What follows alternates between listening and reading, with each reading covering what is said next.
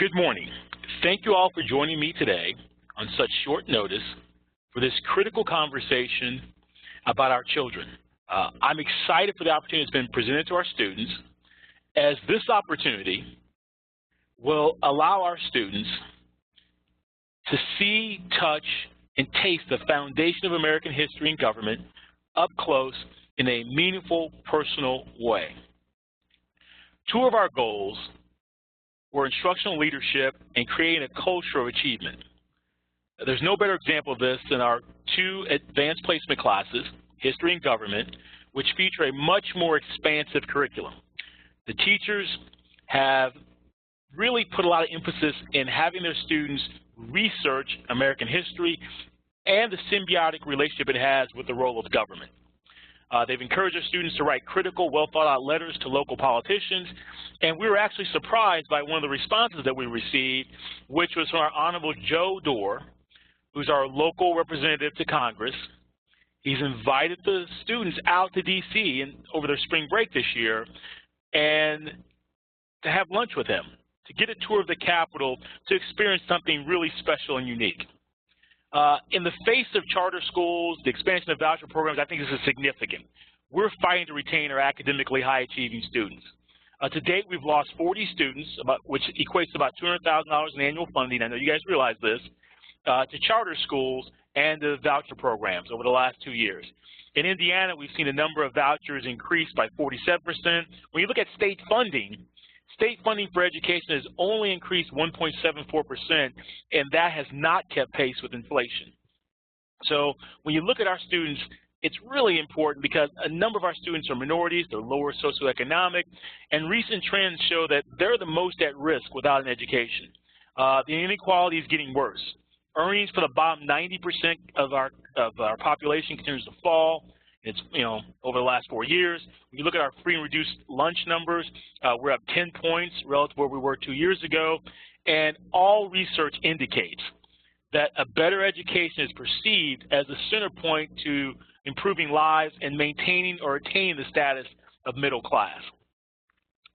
This is extremely important. When you look at the legacy that we have here at Steelersville, it's based on academic success. 17 state championships in the last 35 years in football, basketball program that's repeatedly been to state championships as well. But we've put minimal resources against our academics here.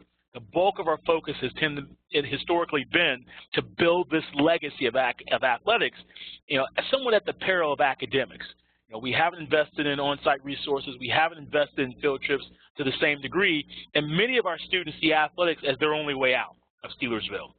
And only 7.5% of our students are currently enrolled in our AP classes, and that's concerning. So again, this trip is a huge opportunity for our students. Right now, we're looking at a travel party of 41 total attendees, our 2 advanced placement teachers, our assistant principal, Mr. Hammer. There are 30 students, and 8 parent volunteer chaperones. The time frame would be March 20th through the 22nd during spring break, so there'd be no class time missed by these students, and transportation will be provided by U.S. Motor Coach, who has provided a number of the transportation needs for our football, basketball, and other athletic programs as they travel outside of the region to other events and activities. So let's take a look at an overview of our trip for the students. We're going to pack a lot in the course of 3 days. The students would leave at 6 a.m. from Steelersville High School.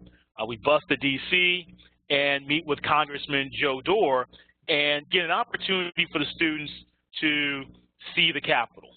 So they get an opportunity to see the U.S. Capitol and just get a feel for all the history, to really be educated that the Capitol and D.C. is almost, the birthplace for much of U.S. history.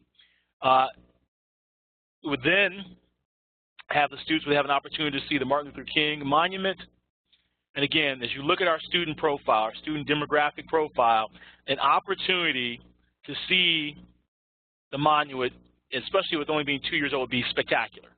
So again, here's a view of the monument. Students would be able to take a look at it.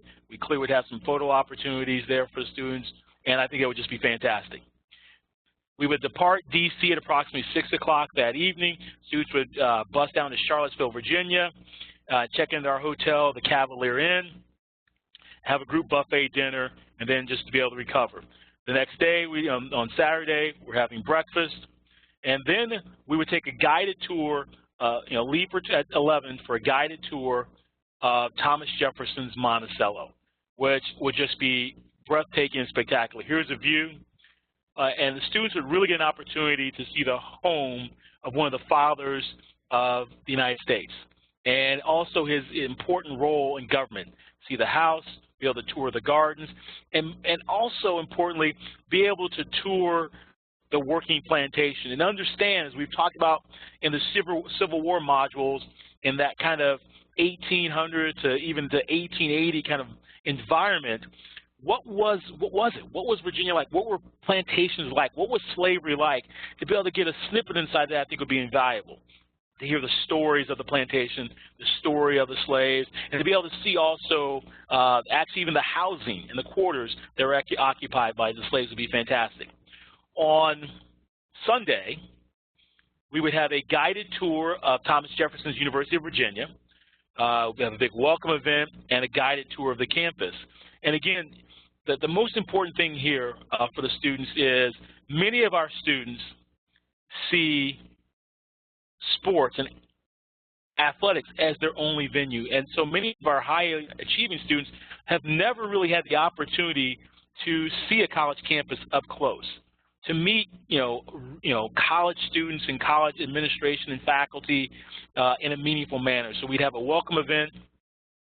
Students would get a good sense and feel for the campus, meet some staff, and we're also going to be fortunate enough to have some local Pittsburgh area and Steelersville area students to be able to sit down with them and talking about their experience. So overall, just fantastic.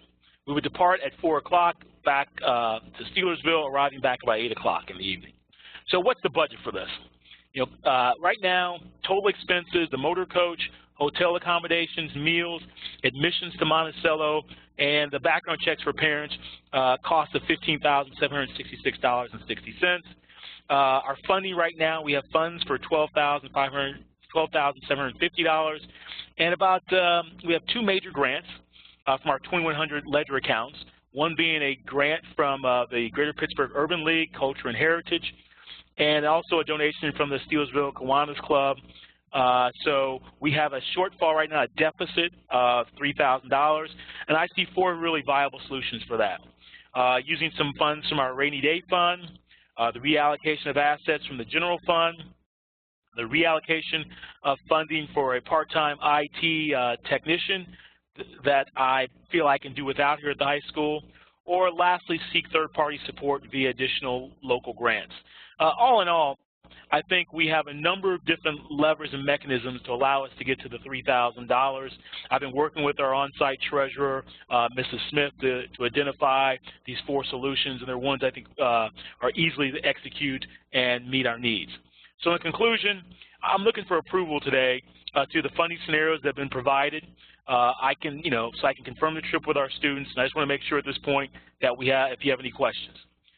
Overall, I think this is a tremendous opportunity for our kids. And again, we have to start establishing this legacy of academic achievement, academic excellence that rivals what we've accomplished on the athletic spectrum.